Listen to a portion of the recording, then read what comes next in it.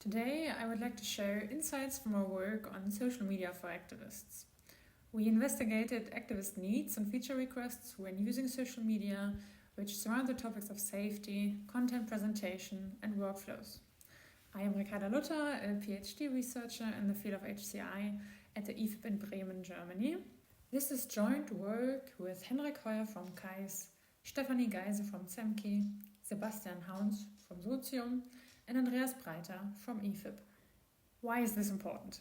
Picture this. You're a climate change activist trying to raise awareness about climate change and mobilize people. So you create an Instagram account to do that, and it seems to work. Your following grows and new people reach out. Then, as the first big demonstration approaches, you post all the key information to get as many people as possible to join. But despite all your effort and large following, the post somehow reaches only a small fraction of your audience. Now imagine a different scenario. You're a queer feminist activist working to raise awareness about sexual harassment in public space. You use Instagram for a powerful form of activism on and offline, which you call chalking back. You ask people to report catcalls anonymously, turn their words into chalk messages on the street, and share pictures on Instagram to make the issue more visible. And again, it works. People send in reports, you document them, and others engage, commenting, showing solidarity, and spreading awareness, like in this example. But then, anonymous accounts start messaging your private Instagram account. One of them says he recognizes the places where you wrote the chalk messages. And you think to yourself, if he knows those places, he might as well recognize you. All of a sudden, you don't feel so safe anymore. These scenarios show the double-edged nature of social media for activists.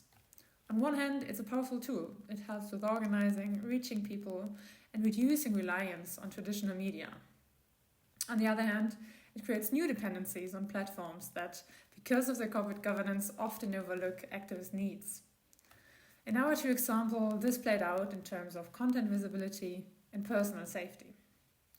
It's crucial to understand what activists need, not just to make social media a more effective tool for activism, but also to ensure these platforms don't accidentally get in the way of real change. That's why we investigate the following research questions. What are the needs of activists when using social media for activist work? And what are the feature requests to address these needs? To investigate these questions, we conducted 14 semi-structured interviews. 9 were with members of Students for Future, the student chapter of Fridays for Future. This decentralized environmental movement operates on global, national, and local levels. They mainly use social media to share information and mobilize people. The other 5 interviews were with members of Chalkback, a smaller, queer feminist grassroots movement. Chalkback is also a global movement, but its activism happens mostly at the local level. They use social media differently, to what they call chalking back. In our interviews, we explored activists' work, how they use social media for different tasks, and why they choose certain platforms for those tasks. A card sorting task helped to prioritize the key activities. We then discussed benefits, challenges, and their vision of an ideal platform. Finally, we qualitatively analyzed the transcripts to identify activist needs and feature requests. We identified 3 high-level needs: on and offline safety, enhanced content presentation, and optimized workflows. In this presentation, I focus on and offline safety and enhanced content presentation, and present a selection of their associated concrete needs. For each of these concrete needs, I discuss the associated feature requests. I definitely wouldn't just post a video of myself in the story, because then I have the feeling that the respective city isn't that big and people could find me. This concern, shared by a queer feminist activist, highlights a key need: ensuring physical safety. Many activists report being harassed or even assaulted doing their activist work in person.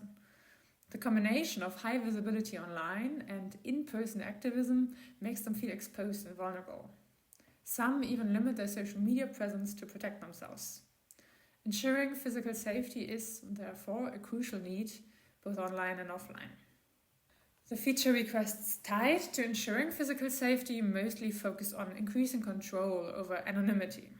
Activists want more power to decide which parts of their identity are visible and in which situations. Some of the requests include non-public comments, more nuanced privacy settings, or self-deleting messages. But there's one key exception. Some activists also requested features that link user accounts to their real identity.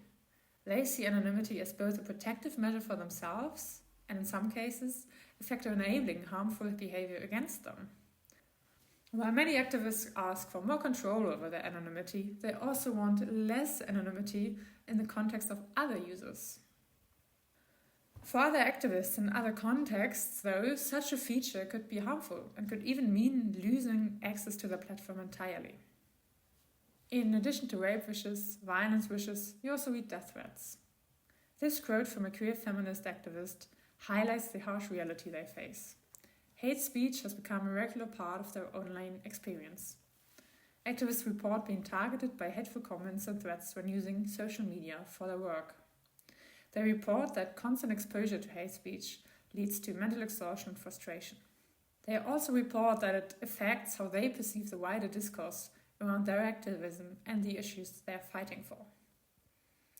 To reduce exposure to hate speech, activists asked for features that would increase platform regulation.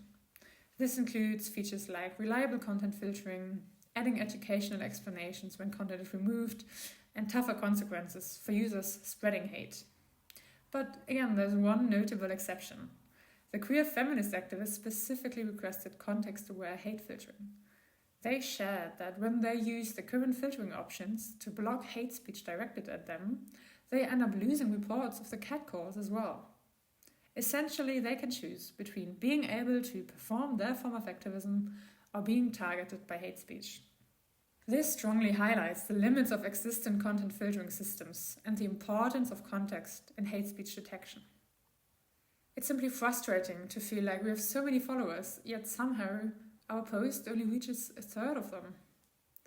This quote highlights a key concern among activists: the struggle to reach their target audience on social media. It seems obvious activists rely on social media to get their message across, but this need is directly tied to recommendation systems, which many perceive as unpredictable and unreliable.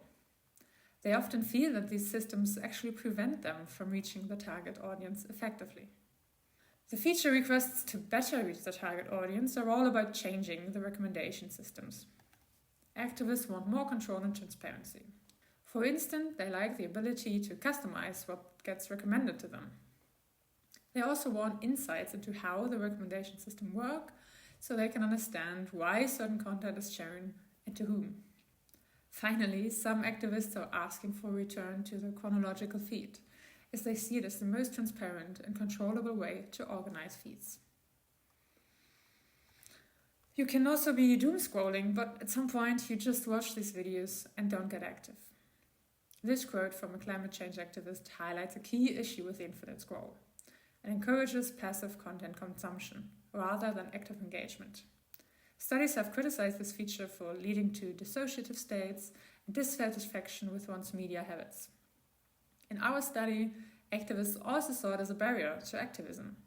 They reported that the infinite scroll hindered purposeful action for their activism on social media and fosters passive content consumption.